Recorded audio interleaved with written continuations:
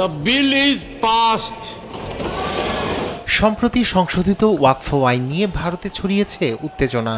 এই আবহে সংশোধিত ওয়াকফ আইনের বাস্তবায়ন স্থগিত করেছে দেশটির সুপ্রিম কোর্ট। এই আইনের বিরুদ্ধে করা পিটিশনের শুনানির পর বৃহস্পতিবার স্থগিত রাখার ঘোষণা আসে।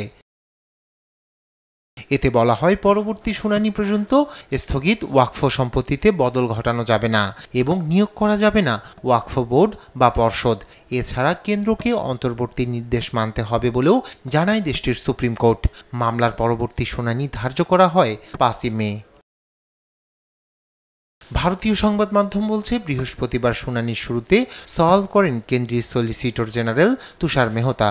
কেন্দ্রের কাছে প্রচুর তথ্য জমা পড়েছে বলেও জানান তিনি। এরপরই সুপ্রিম কোর্টের কাছে রিপোর্ট জমা দেওয়ার জন্য সময় চায় কেন্দ্র। তার ভিত্তিতে কেন্দ্রকে 1 সপ্তাহ সময় দিয়েছে শীর্ষ আদালত। এছাড়া নতুন ওয়াকফ আইনের সাংবিধানিক বৈধতা নিয়ে কেন্দ্রকে জবাব দিতে বলেছে সুপ্রিম কোর্ট।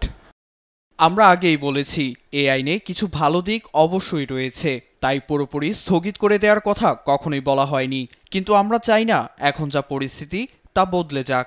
বিষয়টি এখনো আদালতে বিচারাধীন।